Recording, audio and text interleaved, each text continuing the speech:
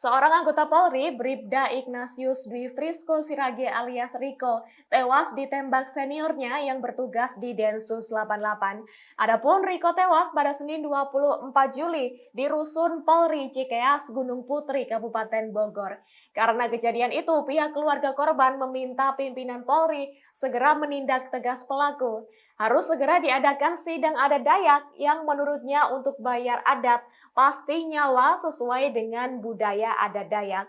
Hal itu diungkapkan oleh Darsono, tokoh pendiri keluarga besar Himpunan Dayak Talino atau Hidano, Kabupaten Melawi yang anggotanya berasal dari Kabupaten Landak. Diketahui Darsono juga pernah menjadi anggota DPRD Kabupaten Melawi. Pihaknya meminta pimpinan Polri segera menindak tegas oknum yang sudah main hakim sendiri menghilangkan nyawa orang lain. Sebagai informasi, diketahui kabar tewasnya Bribda Riko ini sempat tersebar di WhatsApp grup kalangan masyarakat adat Dayak Kalimantan Barat, hingga kemudian ikut viral di media sosial. Adapun orang tua korban yakni Yepandi adalah Sekretaris Inspektorat Kabupaten Melawi dan salah seorang tokoh Dayak. Sebagai informasi, Riko disemayamkan pada Selasa 25 Juli lalu di rumah duka Nangapinoh, Kabupaten Melawi.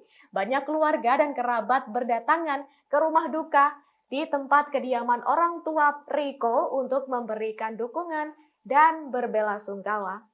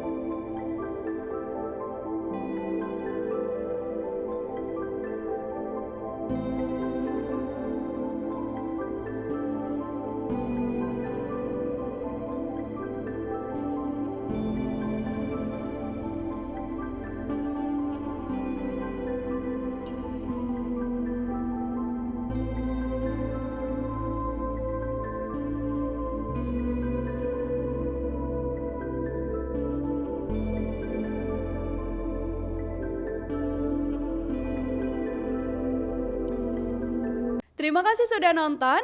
Jangan lupa like, subscribe, dan share ya.